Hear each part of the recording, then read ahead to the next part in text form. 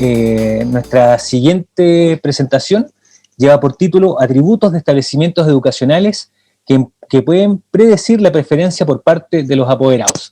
Esta presentación estará a cargo de Mario Szilard Velázquez, quien es sociólogo de la Universidad de Concepción, además magíster en gestión de organizaciones de la Universidad de Magallanes. Así que le damos la bienvenida a Mario para realizar su presentación esta tarde. Hola, ¿qué tal? Muchas gracias por la invitación. Este trabajo, este estudio lo estamos desarrollando en conjunto con Mario Aguilar en el marco del Observatorio de Políticas Educativas y Prácticas Pedagógicas. Quiero dividir la presentación en 4 partes. Una es la presentación del problema, algunos de los contextos o el contexto empírico en el que se desarrolla este objeto de estudio. En una segunda parte, algunos apuntes metodológicos. Luego mostrar algunos de los resultados y finalmente las conclusiones y algunas proyecciones que nosotros vemos desde esta investigación. El estudio que vamos a presentar ahora es como la tercera parte de una trilogía de estudios que hemos desarrollado en torno principalmente al SAE, ¿no? En este estudio lo que estamos tratando de medir es si como dice la pregunta ahí sobre el final de la diapositiva, si es que se puede predecir en base a ciertos atributos del establecimiento cuánta demanda va a tener. Esta investigación se sitúa en el marco de ir evaluando cómo funciona el nuevo sistema de admisión escolar. Eso es clave, ¿cierto? De aquí para adelante le vamos a decir SAE por su sigla. El SAE es un mecanismo de asignación de estudiantes en base a la demanda que tiene cada escuela, que se implementa el año 2017, como el primer año de aplicación solo se implementó acá en la región de Magallanes. Con el pasar del tiempo se han ido sumando regiones y el año 2020, el año pasado, se implementó por primera vez en todo Chile. No tenemos tanto tiempo para explicar cómo funciona el SAE, pero ya la mayoría de las personas lo conoce, especialmente si han tenido que colocar a sus hijos o hijas en algún establecimiento educacional. Es un sistema parecido al cómo funciona la postulación en las universidades, cuando nosotros colocábamos las prioridades de carrera y universidad a la que queríamos postular. Acá hacen lo mismo las apoderadas y los apoderados, colocan las escuelas de preferencia y las escuelas a su vez colocan sus vacantes. Entonces lo que hace el SAE es intentar parear la cantidad de demanda que hay por parte de los apoderados con la oferta de vacantes que tienen los establecimientos, ¿no? Y lo más polémico del SAE, que es lo que se ha hecho más famoso, es el proceso de aleatoriedad que ocurre solo en caso que un establecimiento tenga más demanda que vacante, ¿no? Si un colegio tiene más demanda que vacante, lo que ocurre es que hay un proceso de aleatorización para que todas las personas que postulen tengan la misma oportunidad de quedar o quedar fuera, ¿no? Entonces, el SAE lo que hace como objetivo, ¿por qué se implementa el SAE? El SAE se implementa porque es parte de una ley de inclusión, la ley de inclusión escolar, si no me equivoco, es la ley 20.845, que tiene como objetivo limitar el funcionamiento de las escuelas, principalmente las escuelas particulares subvencionadas, en el proceso de limitarles su selección de estudiantes, el copago de los apoderados y el lucro de las escuelas particulares subvencionadas. Entonces, en ese marco, la ley de inclusión, en la patita que tiene que ver con prohibirles la selección, se implementa el SAE, para que no puedan seleccionar estudiantes que sean más fáciles de educar, que tengan mejores condiciones socioeconómicas o que tengan mejores redes sociales para postular a escuelas más demandadas, ¿no? O sea, es como un objetivo de equidad, de transparentar también la forma en cómo se generan estos procesos de admisión, ¿cierto? Antes del SAE, cada escuela tenía su propio proceso de admisión, tenían entrevistas, pruebas académicas, filtros, etcétera, y todo eso queda eliminado con la ley de inclusión y específicamente con la implementación del SAE, que es este mecanismo que ahora sirve para todos los apoderados y estudiantes que quieran ingresar a establecimientos financiados por el Estado. Y a su vez, la ley de inclusión, ¿cierto? Voy para atrás, ¿no? Este estudio analiza cómo funciona el SAE, pero el SAE viene de la ley de inclusión, y a su vez, la ley de inclusión viene, no es que se le ocurrió a alguien, ¿cierto? En este caso, el gobierno de Michelle Bachelet, ¿cierto? Fue en ese gobierno donde se implementa la ley de inclusión, pero esa ley de inclusión viene producto de un proceso intensivo de movilizaciones sociales y de conciencia colectiva, de un proceso de generación de consenso de que el sistema educativo es excluyente, que el sistema educativo funciona mal, que tiene procesos de privatización muy agresivos, ¿no? Y que por lo tanto hay que generar cierto tipo de modificaciones a su estructura y especialmente a las condiciones de equidad y justicia, ¿no?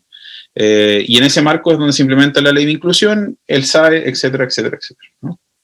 Entonces, en general, a nosotros hemos tenido una aproximación a evaluar y a observar el SAE desde distintas perspectivas, ¿no? Desde qué opinan los apoderados, qué opinan los directivos, y en este estudio en específico nos hemos ido centrando en algo que hemos ido descubriendo gracias al SAE, que genera una herramienta de gestión nueva. O sea, el SAE como efecto colateral, ¿cierto? Su principal función, el SAE, es asignar estudiantes que postulan a escuelas y las escuelas además transparentan cuántas vacantes tienes, entonces el sistema intenta asignar a todos los estudiantes en base a sus preferencias a la escuela deseada. Pero lo que nos hemos ido dando cuenta es que el SAE, a su vez, es una muy potente herramienta de gestión, ¿no? Con el sistema antiguo no sabíamos bien cuánta demanda tenía cada escuela, o sea, lo sabíamos porque en general se acumulaba mucha gente, pero no sabíamos bien cómo funcionaban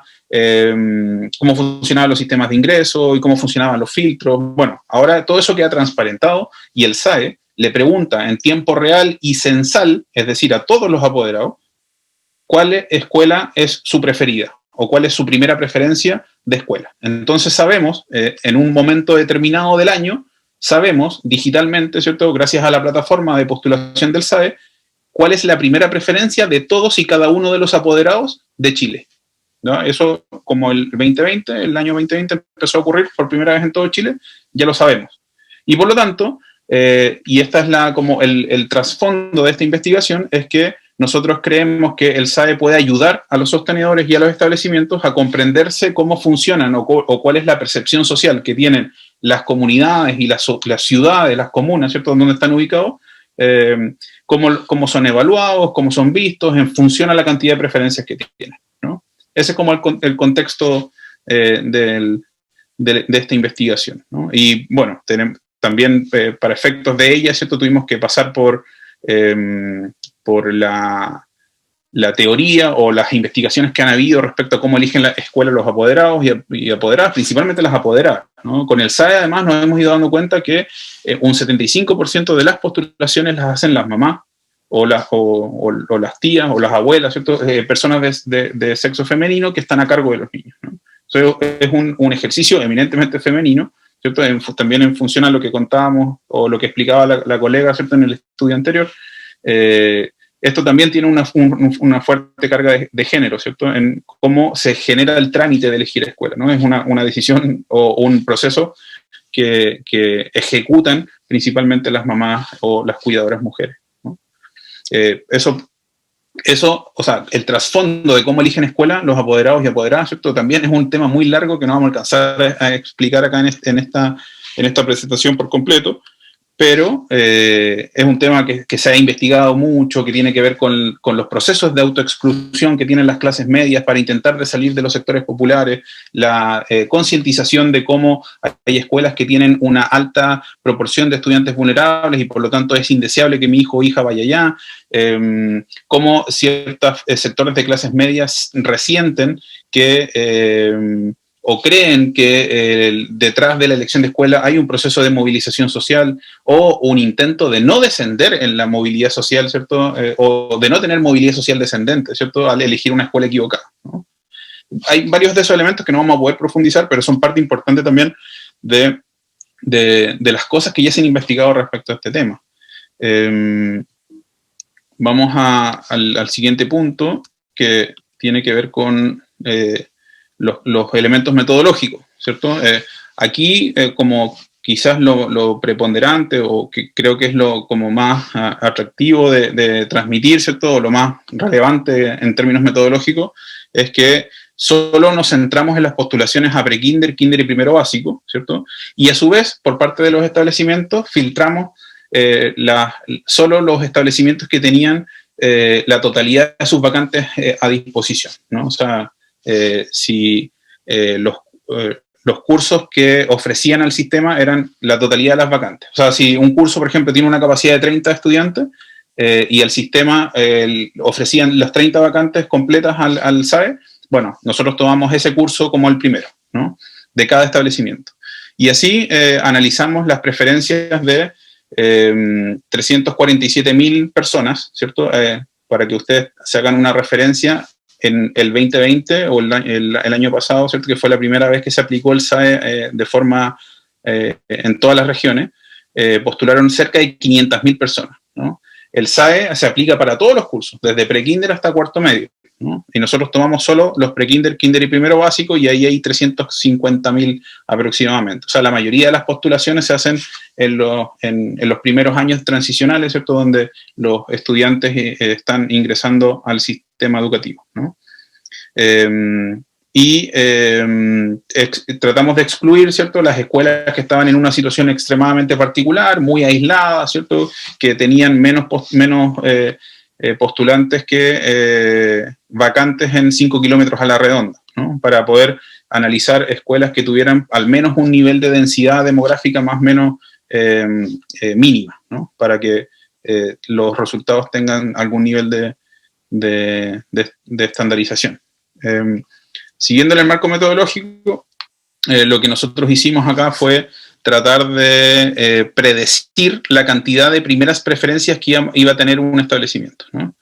Y para eso aplicamos un modelo de regresión múltiple para medir el peso específico que tenía todas las variables predictivas que pudimos ir encontrando, ¿cierto? Como si el colegio era urbano o rural, el índice de vulnerabilidad escolar que nos entrega Junaed a cada uno de los establecimientos, ¿cierto? Y cada variable, ¿cierto?, va expresando una hipótesis por sí sola, ¿no? O sea, por ejemplo, la cantidad de estudiantes vulnerables será predictivo de la cantidad de primeras preferencias en el SAE que va a tener un establecimiento educativo. Lo mismo con la cantidad de postulantes que está a 1 kilómetro de la escuela, ¿no? Quizás eso me faltó explicarlo como que un elemento importante. El SAE además nos entrega la geolocalización de cada uno de sus postulantes. Cuando los apoderados postulan, en la página web hay una herramienta, como la que tiene el celular cuando uno comparte su ubicación. Bueno, lo mismo ocurre con la postulación al SAE, ¿no? Uno puede compartir su ubicación para que el sistema detecte dónde está uno ubicado, ¿cierto?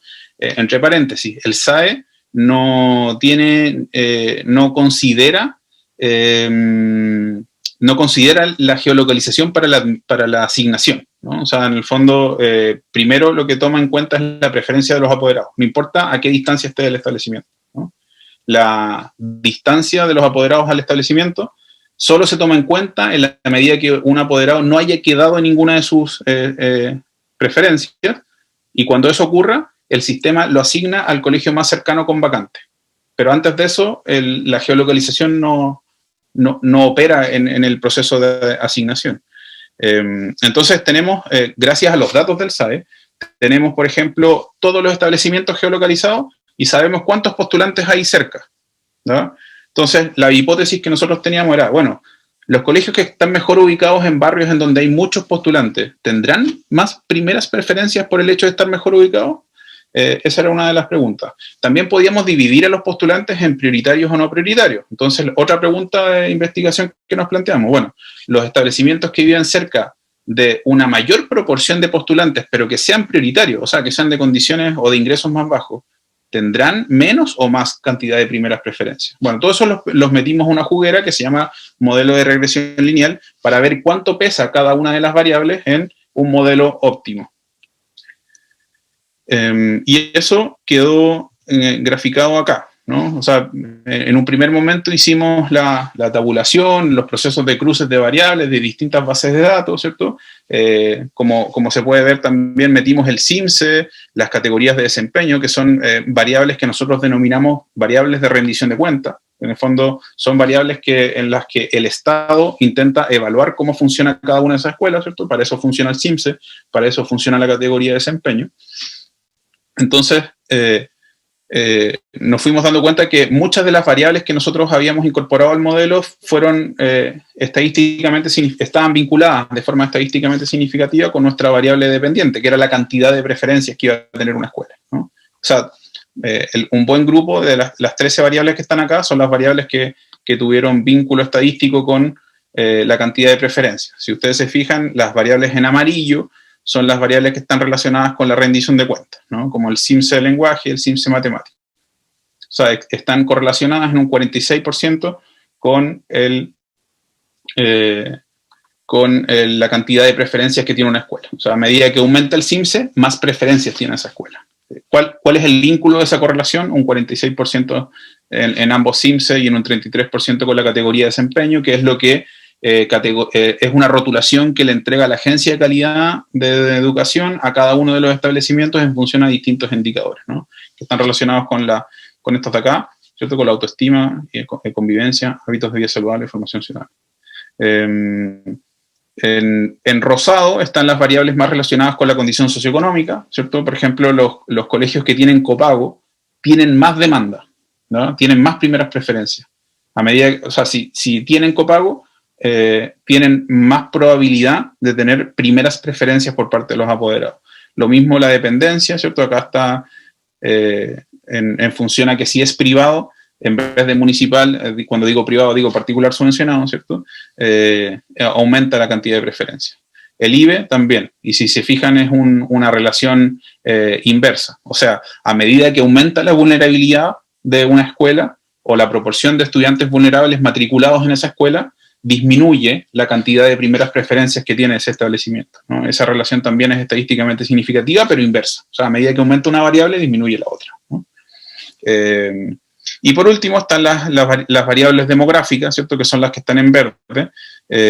Si ustedes se fijan, la densidad demográfica influye, pero no influye tanto como las otras variables, ¿no? Las correlaciones ya están al borde del 15%, a medida que aumenta la cantidad de postulantes, ¿cierto? Cerca, en 1 kilómetro, aumenta en un 15% la probabilidad de tener primeras preferencias, y a la inversa ocurre con los estudiantes vulnerables. Si hay una mayor proporción de estudiantes vulnerables viviendo cerca de la escuela, disminuye la proporción de primeras preferencias, ¿no? Entonces, lo que tenemos que hacer ahora es meter todas estas variables en el modelo de regresión y medir cuánto explican en conjunto, ¿no? Y esto, brevemente, ¿cierto? El modelo de regresión termina quedando con estas variables acá, con 8 variables para explicar el modelo óptimo, ¿cierto? Y la mejor combinación de variables, ¿cierto? Explica 32,7% de la variabilidad de la demanda de una escuela, o que para nosotros la demanda está operacionalizada como la cantidad de primeras preferencias que tiene cada una de las escuelas, ¿no? Y el 67 es un modelo modesto, ¿cierto? No somos capaces de explicar la totalidad de las primeras preferencias que tiene una escuela, ¿cierto? No somos capaces de explicar en la totalidad del fenómeno, ¿cierto? De la cantidad de demanda que tiene una escuela. Somos capaces de explicar un tercio más o menos, ¿cierto? 32,7 explica el conjunto de nuestras variables. Y aún todavía, ¿cierto? 2/3, 67,3% de la variabilidad no sabemos por qué funciona, ¿cierto? No sabemos por qué varía, o está explicada por variables que aún no hemos observado, ¿no? Que aún no hemos incorporado a nuestro modelo. Por último, ya con esto voy terminando, las conclusiones y proyecciones, ¿cierto? Respondemos a nuestras hipótesis. Nosotros teníamos la idea de que los indicadores relacionados con la rendición de cuentas, como el accountability, el contexto socioeconómico, ¿cierto? Y la densidad demográfica tenían influencia en la cantidad de primeras preferencias, y eso lo hemos ido aceptando, esas hipótesis, en la medida que, independiente de que el modelo sea modesto, es significativo para fenómenos relacionados con la ciencia social, ¿no? Que un un modelo óptimo de que explica un 32% es interesante, aporta información y nos entrega también insumos para la discusión que a nosotros nos interesa más, ¿no? Que es que el SAE sirve como herramienta de gestión. Y eso es lo que nosotros queremos ir profundizando y avanzando en esa dimensión, ¿no? Hay que tomar los datos, ¿cierto?, con ciertas precauciones, producto de los cruces de variables, lo que en términos estadísticos se llama colinealidad, ¿cierto? Porque es cierto que el CIMSE influye en la cantidad de demanda que tiene una escuela, pero también influye el IVE, ¿cierto?, el indicador de vulnerabilidad. El indicador de vulnerabilidad también influye en la cantidad de demanda, pero también ocurre que las escuelas que tienen menos IVE tienen más CIMSE. Entonces hay cruces entre las variables predictoras entre sí, eso lo controlamos en el estudio, vimos los factores de colinealidad y para que sean tolerables para poder llegar a conclusiones adecuadas. Pero hay que tener en cuenta, ¿cierto? O sea, no hay que hacer juicios mecánicos respecto a cuáles son las variables realmente predictoras como si fueran causales propiamente tal, ¿no? Hay un cruce ahí que es necesario ir viendo contexto a contexto, escuela a escuela, comuna a comuna, etcétera, ¿no? Y por último, como último punto, ¿cierto? Nosotros creemos que el SAE, más allá de ser una herramienta útil y que podemos evaluar, ¿cierto? Esta es otra discusión más profunda también de ir evaluando cómo funciona el SAE, ¿cierto? En términos propiamente respecto a su objetivo, que es asignar estudiantes a escuelas, ¿cierto? Nosotros, fuera de esa discusión, que es muy interesante y que es muy clave, ¿cierto?, respecto a la continuidad de cómo sigue funcionando este sistema, nosotros creemos que el SAE, por otra parte, es una herramienta que va a permitir a los nuevos sostenedores, que van a ser los servicios locales cuando se consoliden los procesos de desmunicipalización, van a tener información clave, ¿no? Que van a tener información respecto a cómo se comporta la ciudadanía respecto a la elección de escuela, ¿cierto? Cómo se comportan, por ejemplo, los vecinos de Villa Las Nieves, cómo se comportan los vecinos de Las Santos Mardones, cómo se comportan los apoderados del archipiélago Chiloé, porque cada una de las postulaciones queda geolocalizada, ¿no? Entonces podemos ir viendo, por ejemplo, en cada comuna o en cada sector de Chile, en dónde están creciendo los domicilios que tienen más postulantes o donde hay más población en edad escolar, digamos, ¿no? Podemos ir viendo que barrios van envejeciendo y ya no tienen población en edad escolar, ¿no? Podemos ir viendo y anticipándonos a ciertos fenómenos migratorios, demográficos, en base a la información que nos va proveyendo el SAE, ¿no?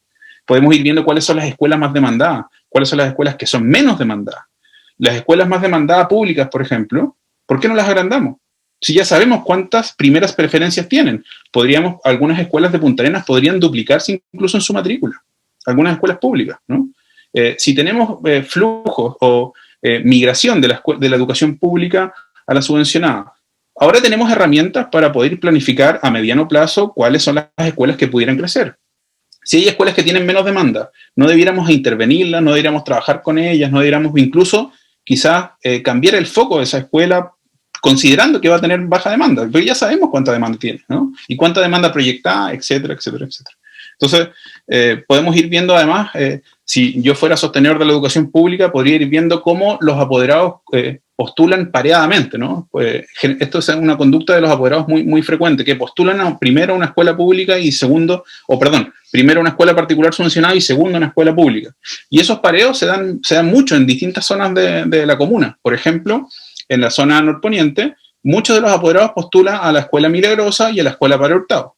Entonces ya sabemos que, entre comillas, la competencia de la educación pública en ese sector es la escuela Milagrosa, independiente que uno crea que la escuela Milagrosa también es una buena escuela, ¿no? Entonces, sabemos que la escuela Milagrosa ya, por ejemplo, colocó educación media. ¿Por qué la escuela Padre Hurtado no tiene media? Si ahí sabemos que la comunidad se disputa entre ambos establecimientos. Y eso, ya tenemos información clave de cómo ocurre eso en toda la comuna gracias al SAE. El desafío ahora es poder procesar esa información, ¿no? y transformarla en estrategia, en proyección, y cómo se puede consolidar y cómo se puede mejorar también la situación de la educación pública en el corto plazo, ¿no? Eso sería.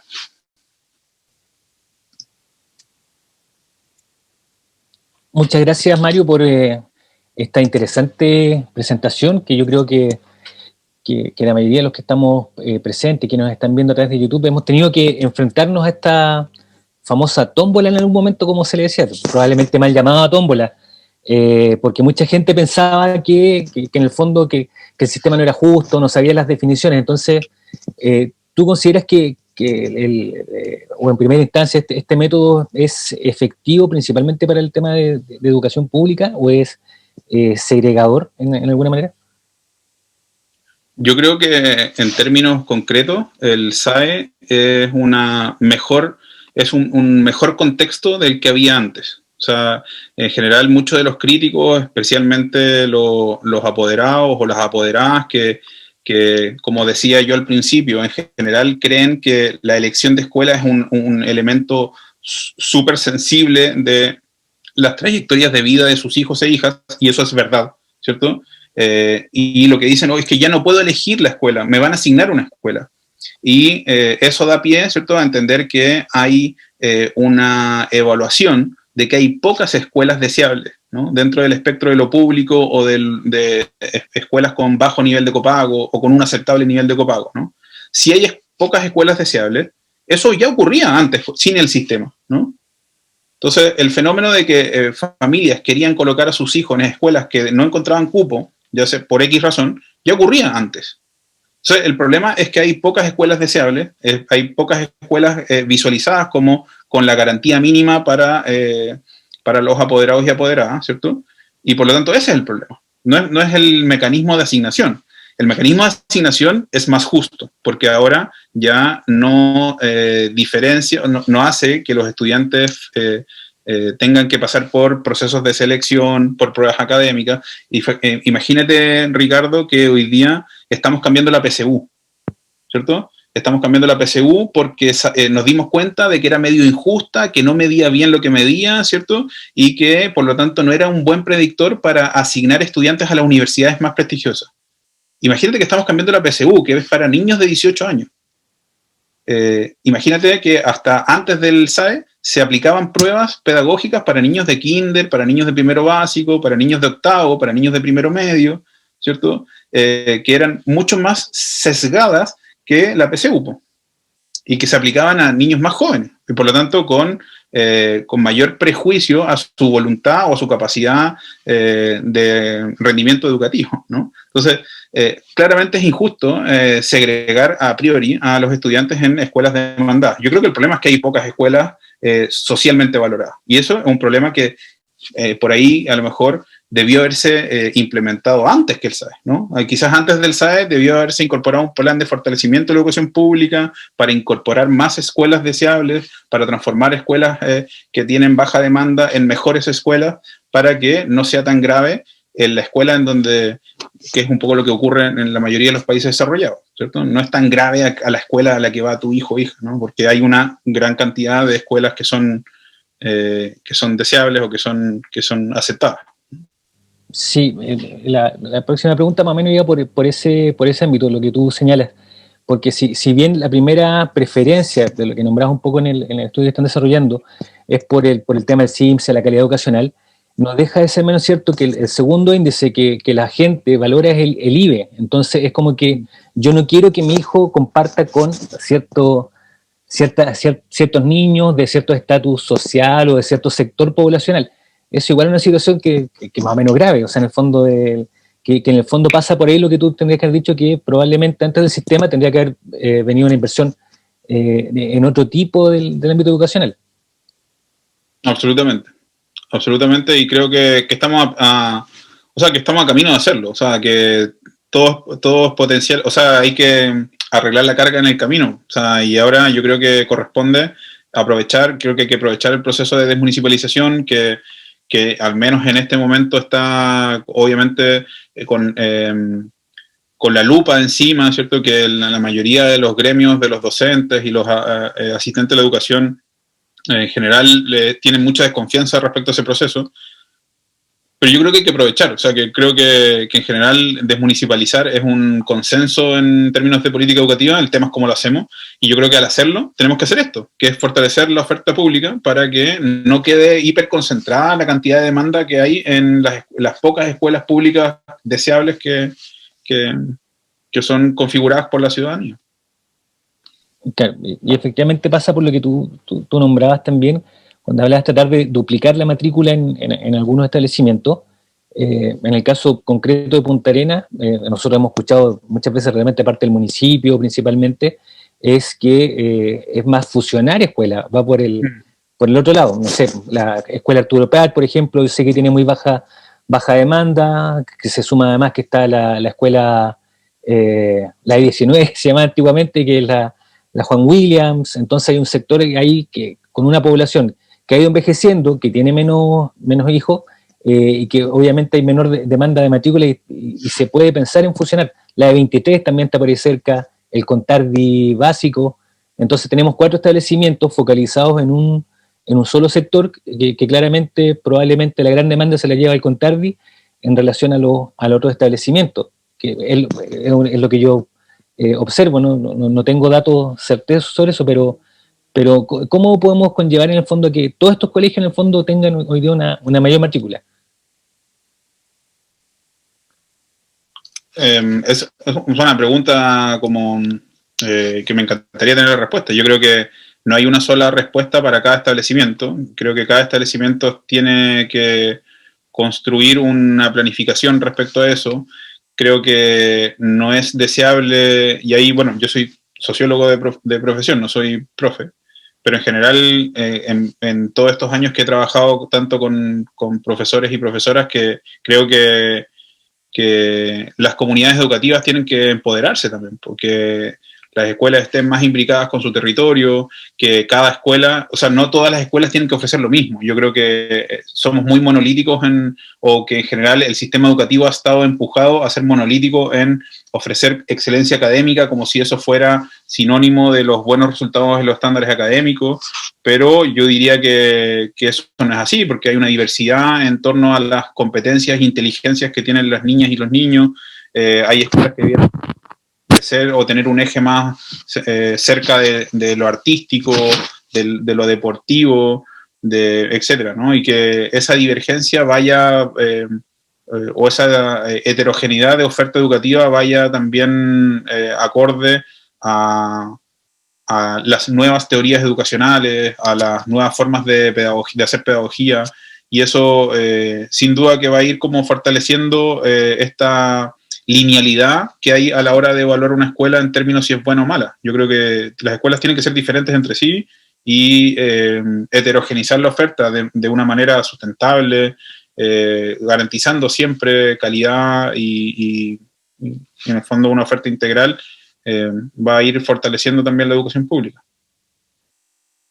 Y por último, Mario, tú hablabas en un principio que claramente todo lo que fue el SAE vino principalmente por una presión social que llevó a una reforma en el gobierno de la presidenta Bachelet, el 2, y ahora igual estamos viviendo un ciclo de presión social, a partir del 2018 en particular.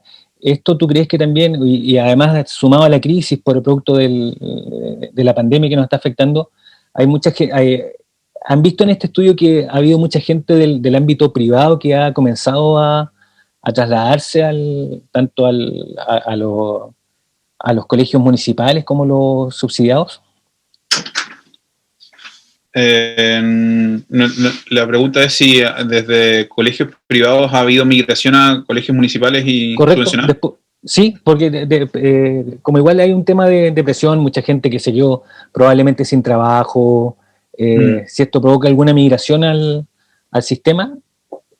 No, hasta ahora los datos, al menos los datos del 2020, yo creo que para el 2021 va a cambiar harto, pero al menos para el 2020 no hubo cambios sustantivos en la matrícula, los datos al menos que hay hasta ahora.